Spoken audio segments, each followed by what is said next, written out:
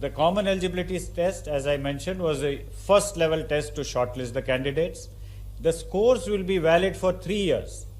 Means same scores you can use for 3 years, and you also have an opportunity to improve your score by giving the examination again. And the best score in all your attempts will be taken for the purposes of the recruitment. Next, please. So in short, when I give you the picture, it is a common registration portal जहाँ पे एक ही registration portal पे candidate को register करना होगा. Question bank with same degree of difficulty, एक question bank होगा जिसमें से central server बहुत secure manner में रखा जाएगा. वो test center में security के साथ जाएगा with all the protocols which are required, the technological firewalls etc. उसमें होंगे, और फाइनली वो स्कोर्स जनरेट हो जाएंगे जो 3 साल के लिए उनको वैलिड।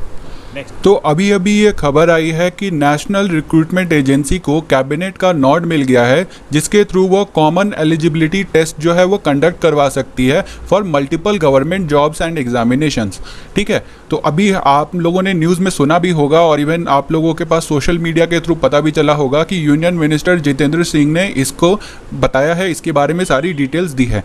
ठीक है, तो यहाँ पे पहले हम लोग ब्रीफली देख लेते हैं कि आखिर इसमें न्यूज़ में इन्होंने क्या बोला है, फिर मैं आपको लाइव मिंट दैट इज़ जिंदा पुदीना का मैं आपको जो आर्टिकल आया है उसको भी दिखाऊंगा और फिर वहाँ पे थोड़ा डिटेल में देखेंगे। तो सबसे पहली चीज़ ये कॉमन एलिजिबिलिटी टेस्ट आखिर है क्या। तो जैसे एग्जामिनेशंस होते थे मल्टीपल गवर्नमेंट जॉब्स के लिए, तो यहाँ पर अब एक सिंगल कॉमन एलिजिबिलिटी टेस्ट होगा और यहाँ पे इस टेस्ट के बेसिस पे मल्टीपल गवर्नमेंट जॉब्स के लिए लोग अप्लाई कर पाएंगे। अब जैसा हमारे मिनिस्टर साहब ने कहा है कि यह जो एग्जामिनेशन है, यह जो टेस्ट है, यह बेसिकली साल में 2 बार ही कंडक्ट किया जाएगा और साथ के साथ यह जो एग्जामिनेशन है यह मल्टीपल इंडियन लैंग्वेजेस में होने वाला है। जैसा इनके वीडियो में मैंने सुना कि इन्होंने कहा है कि अभी 12 लैंग्वेजेस में यह होगा और आगे चल के जो शेड्यूल 8 है जिसमें टोटल 22 लैंग्वेजेस हैं, तो उसको भी यहाँ पे इंक्लूड करने की बात इन्होंने कही है। अब यह जो कॉमन एलिजिबिलिटी टेस्ट है, इसके अंतर्गत जो भी आप स्कोर प्राप्त करेंगे या जो भी आपको स्कोर आएगा वो 3 साल के लिए इन्होंने कहा है कि यह वैलिड रहेगा। साथ के साथ यहाँ पे सीईटी के बारे में यह भी बताया है इन्होंने कि यह ऑनलाइन एग्जामिनेशन ही होने वाला है। ठीक है, ये एक चीज़ बहुत इंपॉर्टेंट है, ध्यान में रखिएगा।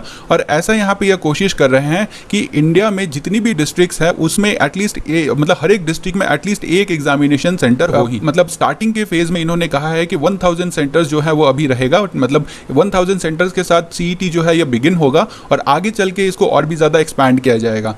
बेसिकली सरकार का मोटिव यही है कि हर डिस्ट्रिक्ट में एटलीस्ट एक एग्जामिनेशन सेंटर हो, जिससे जो भी अभ्यर्थी हैं या फिर जो भी एस्पिरेंट्स हैं उनको अपने डिस्ट्रिक्ट को छोड़ के कहीं और जाना ना पड़े। तो ये one of the best move आप बोल सकते हो, क्योंकि नॉर्मली देखा जाता है कि ट्रैवल टाइम ही बहुत ज़्यादा हो जाता है और काफ़ी ज़्यादा अभी कोरोना काल में अगर आप देखिएगा तो काफ़ी ज़्यादा डिफ़िकल्टी देख सकते हैं बहुत सारे लोगों में, क्योंकि जो छोटे एरिया से आते हैं, जो छोटे टाउन के रहने वाले हैं, उनको बड़े टाउन में जाना पड़ता है और ट्रैवल थोड़ा एक तरीके का एक्सपीरियंस भी अलग सा रहता है। ठीक है, तो चलिए अब इसको थोड़ा डिटेल में देखते हैं।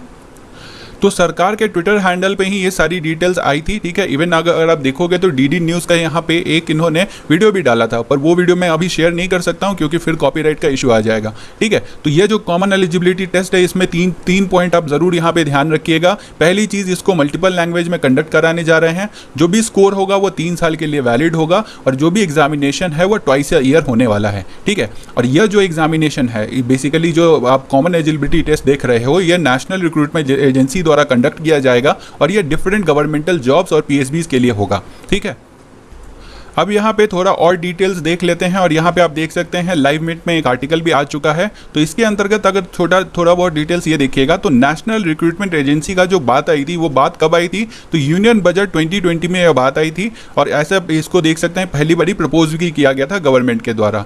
साथ के साथ यहाँ पे अगर एक चीज़ और नोटिस करिए कि कैबिनेट ने हाल फिलहाल में ही यहाँ पे मतलब आज ही आप कह सकते हो या 1-2 दिन पहले ही यहाँ पे नेशनल रिक्रूटमेंट एजेंसी को अप्रूवल भी दे दिया, जिसके थ्रू वो कॉमन एलिजिबिलिटी टेस्ट को कंडक्ट कराने वाले हैं। ठीक है, तो ये मैंने आपको ऑलरेडी चीज़ें बता दी। अब यहाँ पे थोड़ा और डिटेल जानना ज़रूरी है, क्योंकि गवर्नमेंट जो भी जॉब्स होती हैं और या फिर जो भी एग्जामिनेशंस होती हैं उसमें बहुत सारे पोस्ट, बहुत टाइप के भी पोस्ट होते हैं, ठीक है। तो इसलिए थोड़ा डिटेल जानते हैं यहाँ पे। तो यूनियन कैबिनेट ने यही जो प्रपोजल को पास किया है, या basically for the selection of non gazetted post जो कि सेंट्रल गवर्नमेंट में और पब्लिक सेक्टर बैंक्स में होने वाले हैं। तो ये आप ज़रूर ध्यान में रखिएगा कि गैजेटेड पोस्ट के लिए नहीं है, नॉन गैजेटेड पोस्ट के लिए है। अब गैजेटेड और नॉन गैजेटेड पोस्ट आपको अलग से देखना पड़ेगा कि कौन से पोस्ट जो है वो गैजेटेड में आते हैं, कौन से नहीं आते हैं। और यूनियन मिनिस्टर प्रकाश जावड़ेकर जी ने यह भी बोला है कि इस डिसीजन से ऑब्वियसली जो भी जॉब सीकर्स हैं और जो भी जॉब सीकिंग यूथ हैं उनको काफ़ी ज़्यादा बेनिफिट मिलने वाला है। अब एक्स्ट्रा डिटेल्स में अगर आप देखिएगा तो यह एक सिंगल एंट्रेंस एग्जामिनेशन होगा for all non gazetted post. जैसे आप देख सकते हैं ग्रुप बी या ग्रुप सी पोस्ट आ जाता है, और जो भी कैंडिडेट क्वालिफाई करेंगे कॉमन इंटरेस्ट टेस्ट को वह बेसिकली अप्लाई कर सकते हैं फॉर एनी रिक्रूटमेंट, किसी भी रिक्रूटमेंट एजेंसी में अप्लाई कर सकते हैं। और यहाँ पे अगर आगे चल के उनको कोई और एग्जामिनेशन, हायर लेवल का एग्जामिनेशन देना है तो उसको वो दे सकते हैं, ठीक है। यह जो स्कोर होगा यह बेसिकली 3 साल तक के लिए वैलिड रहने वाला है, और कैंडिडेट जो है इस स्कोर के बेसिस पर डिफरेंट सेक्टर्स में अप्लाई कर सकते हैं, जैसा उनका एप्टीट्यूड या फिर जो भी उनका प्रेफरेंसेस होगा, तो जैसा वो